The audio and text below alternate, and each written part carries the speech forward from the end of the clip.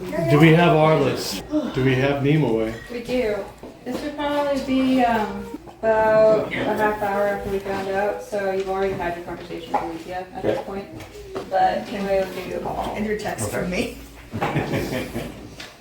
I think he's already sounding very tired and stressed when he picks up. Already? What? Yeah, think. Hey, Arlis. Hi. Welcome back. Yeah. It's, what's going on? I heard Mary's doing better. She is. Good. When was the last time you slept?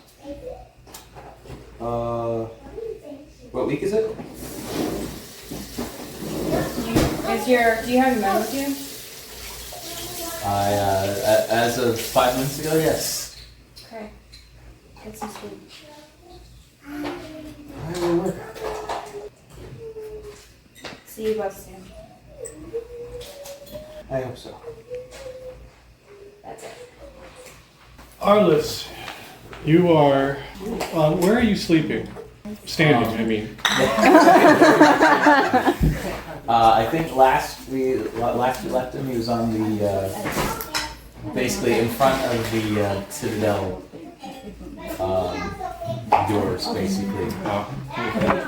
Because that's where he went to meet with the 501st. That's right. What directions did you give the 501st?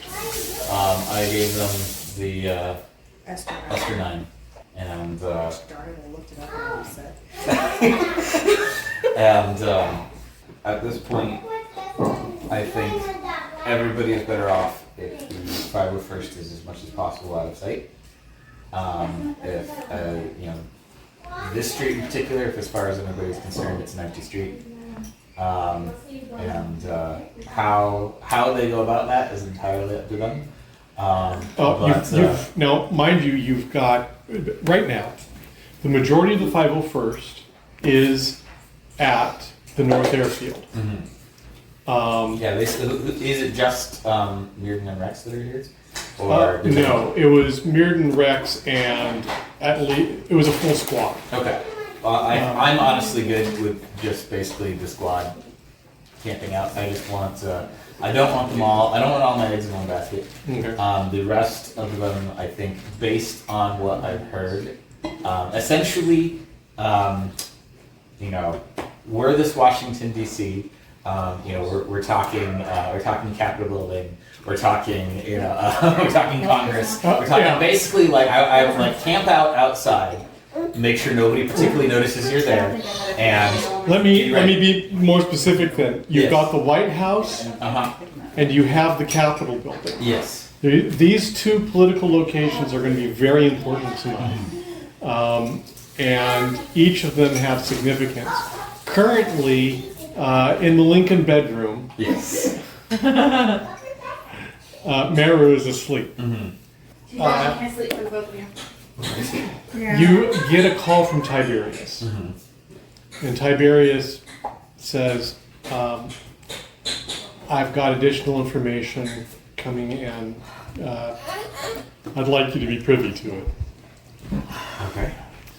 And effectively, it is a three-way call, and it is a man reporting to Tiberius, and he says, the leadership of the 2nd and 4th Legions, Master Knights Antonius, Phaeton Aurelius, and Marianus Relia Mondragon, with their Master Mages Kelvin, Maraman Zinnia, and Marcia Palantulian, both graduates of the year before. You recognize those names.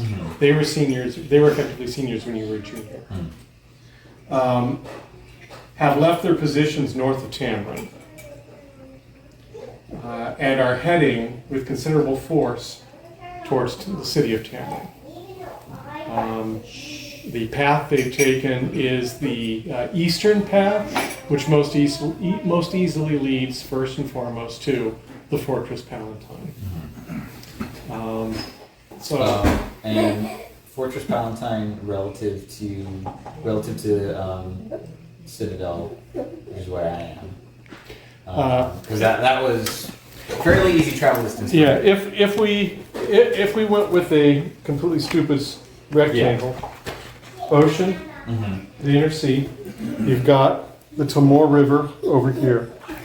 And on the highest hill outcropping here before the sea, you have the capital. Over here on Kingsmont, on the shoulder of Mount Tamarin, rising behind, you have the citadel.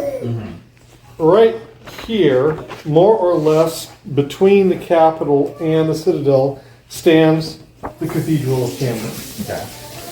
To the north, over here, stands the Fortress Palatine. And where Talitha's feet are, is more or less the remains of the bridge tower, the western bridge tower, from which Andrew fell.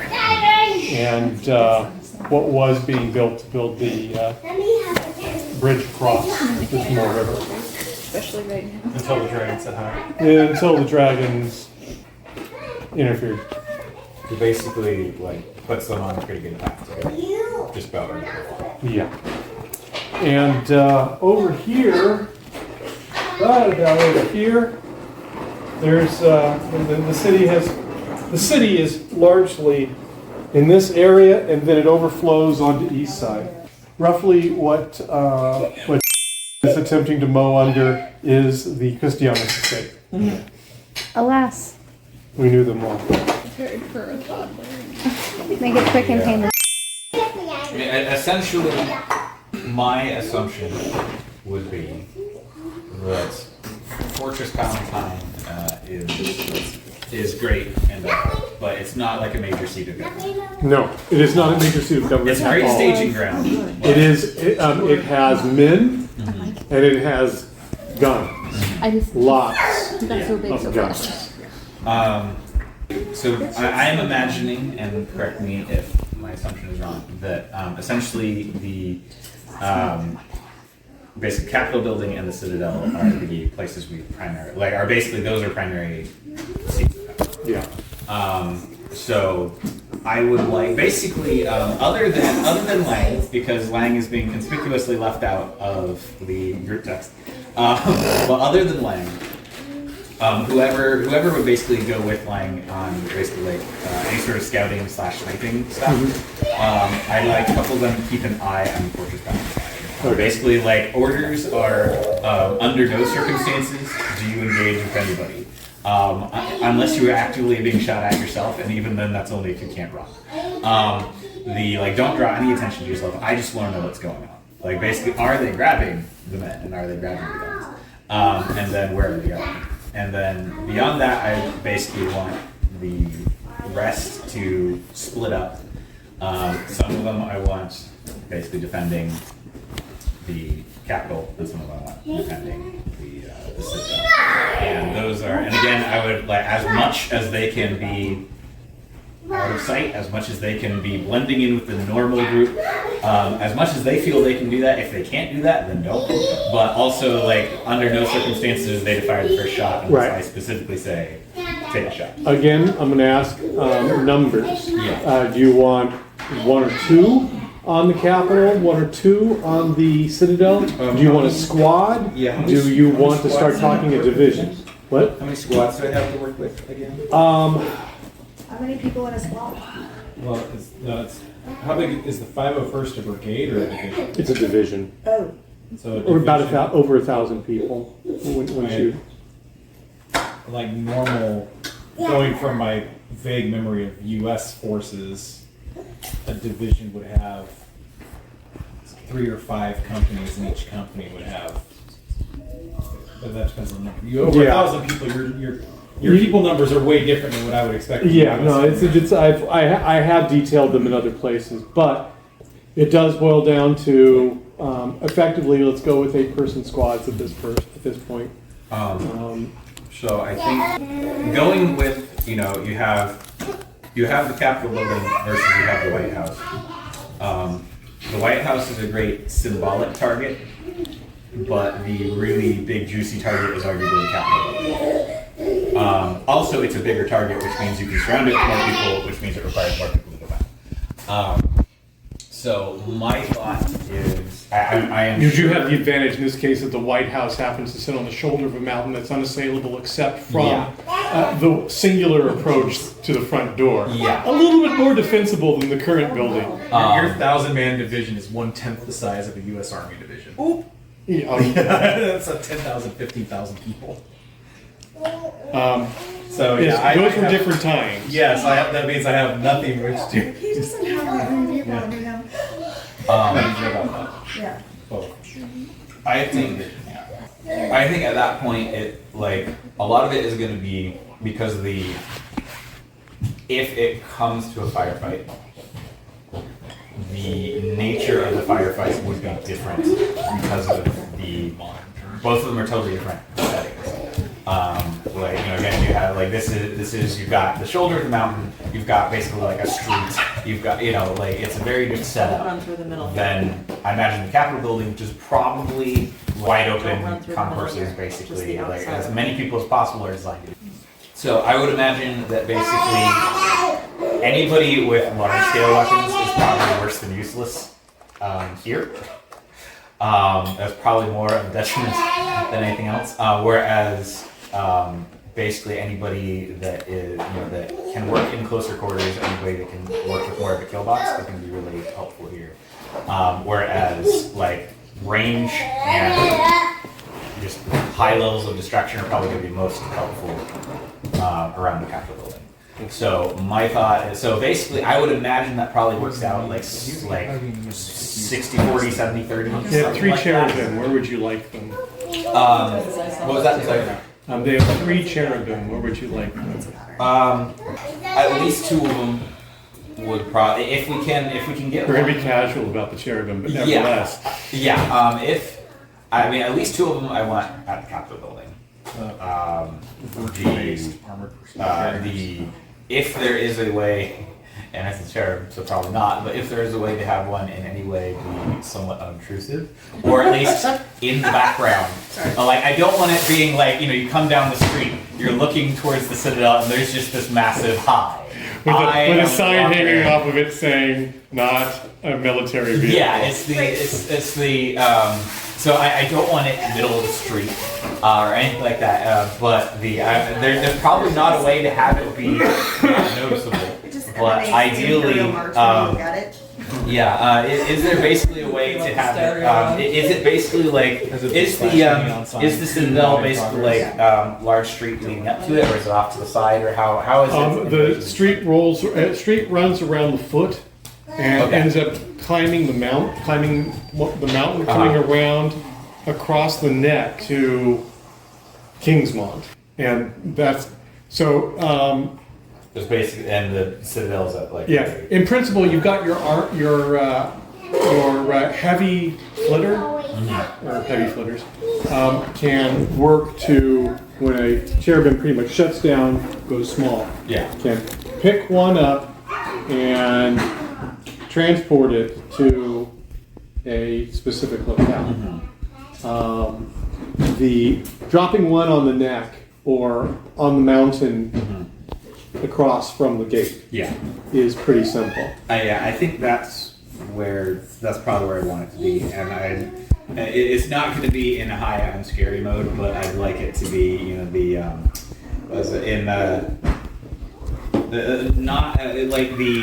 I want everything ready so that you can push a button. But I don't want it to. We're not in the Star Trek Red Alert. They're not going to be able to deliver cherubim to the Capitol casually until after sunset or after twilight. That's fair. In the dark. We are afternoon, right? This is late afternoon. Oh. I'm doing cold open, and I may just roll back a little bit to go to wand up the main titles. I just want to be sure we don't like chaos. Basically, I want to get the actual troop emplacements, and then the cherubim are gravy. I think for Arlis if something changes and if the guys looking at the Fortress Valentine go, you have 10 seconds. There needs to be firepower right here, right now. then we can change that and we can come in hot. But ideally, I'd like to assume the best, but prepare for the worst. Okay. So I would like to act as though we can chat about this civilly, and that maybe people will be slightly more civil if they realize I'm armed. By the way, Art society is a polite society. you've heard. Walk softly and carry fixed.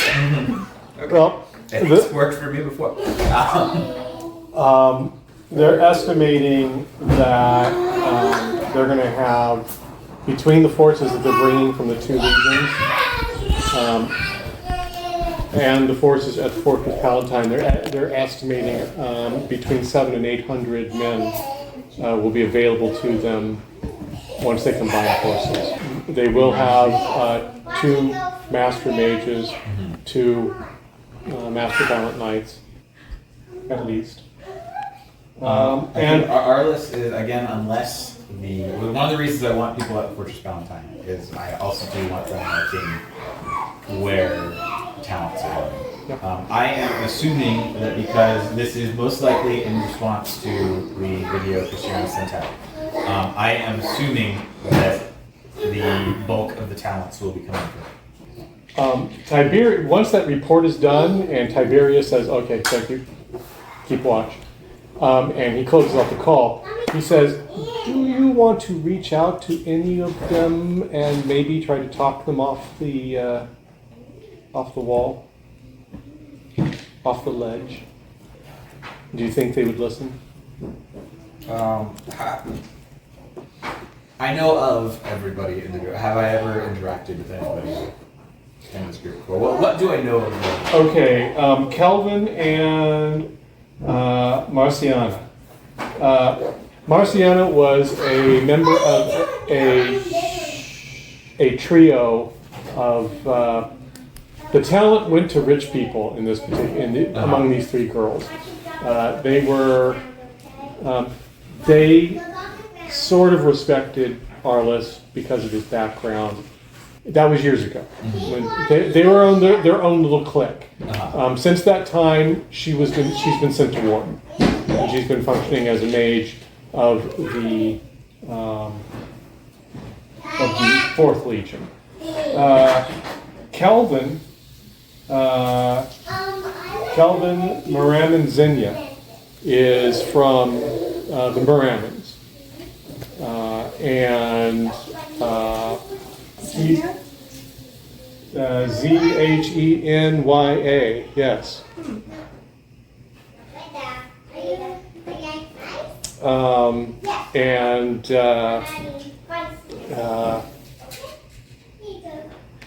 He is, as far what you remember him as somewhat jovial, but he was not a small man. Amongst the kids growing up, he was always the big guy. He didn't have to act out because he knew he was tough. Yeah. Overall, he seemed like a nice guy. So you have those 2 mages that you know. As far as the Palant Knights, Antonius Aurelius and Marianus Mondragon, both of them are what we would call pure Palant Knights, which is to say that they apprentice directly with Palant Knights rather than and only got the basics at 1.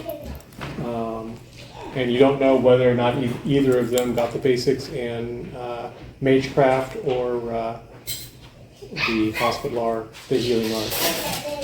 But most likely they have the traditional 3. So like sight, Yeah. strength, touch. As far as, are there any of them who's, I'm assuming I haven't, if they're here, I'm assuming I haven't really worked with any of them before. The 5th was the spear point. I'm assuming they were you know them to the wrong part of the world. Yeah, you know them by sight because there have been multiple times that the generals have gathered and put plans together. your best guess is that both Antonius and Marianus hold Haydn Christianus in very high esteem. With what I know, and recognizing that this might not necessarily match up with mine, with what I know of them and like their service records, who do I think is most likely going to be the one calling the shots?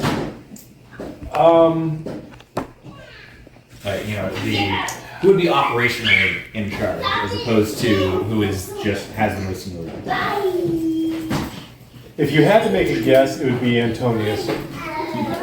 Because in your mind, probably Marianus was, if you were saying who would I want to be on my team, you would have picked Marianus, because he was probably a cooler individual. Whereas Antonius was much more decisive. Feels things very strongly. He feels things strongly, decides what needs to be done, and he commits. And So at the so, very least, he's probably the driving force. yeah. In that case, I think one more question: Are any of them in? Is there anybody that do any of them have a history of like working together? Are they operationally? Operationally, which ones are them? Okay, Antonius and Kelvin work together, and Marianus and Marciana work Okay. together. I think in that case I'll try to go. I think I will try to go straight to Antonius. Then I'll give him a call. Sounding exactly as tired as I am. Yeah, by the way, just finish this up. Yeah. Tiberius tells you also that he has called for an emergency meeting of the century. It's going to be at the Capitol. It's going to be this evening. And he's planning on, he has put a request in for both the century and the Council of Kings. He's going to be reporting on Haydn's attempt on his life. Soon Council of Kings also meets Capitol. Yeah, it's all Capitol. Council of Kings is one end of the Capitol building. The centuries at the other end. When they have a group meeting, it takes place in the on the century side. Just so I understand, he's setting up defensive position around the city. And the and the Capitol. All of him? Okay, there's the capital city of Tamrin, but when we talk about the Capitol, we're talking about the Capitol building. That's not the Citadel? No, it's not the Citadel. The Citadel is where the High King, So where the throne Citadel is. and the Capitol yeah. building. Or put another way, It's Buckingham Palace Prophet, versus Parliament. King, and the cathedral priest. It's Buckingham Palace versus the Parliament buildings. Yeah. The White House versus the Capitol building on Capitol Hill. The throne is in Buckingham Palace. As long as it is, I mean, basically, I think Arlis is just, making clear I am moving to 501st. This is, I'm not going to, I'm not going to start shooting. I trust you. I just want you to be informed what's going on. I am worried that if they find out that I'm in the Capitol rather than in the Citadel, that they're going to do that, but gotta go to the Capitol. I'm going to do my best to avoid hostility. The best situation here is that everybody would stand down. That's wow. You call Antonius. Ring ring on the Halo phone. Does he pick up? First? I have to roll. Does he ignore your call when he says your name? I have to roll. I don't.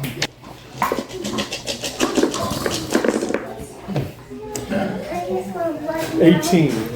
No, he does not pick up.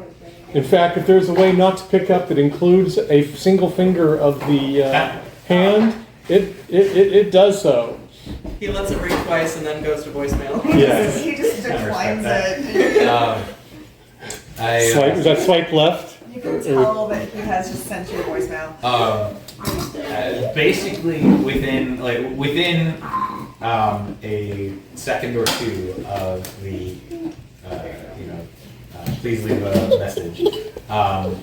Arlis hangs up and he basically fires off was probably a pre-written text that goes to everybody that's not Antonius. That is basically, hey, tell Antonius it's time to talk. None of us want anything to go down in Cameron.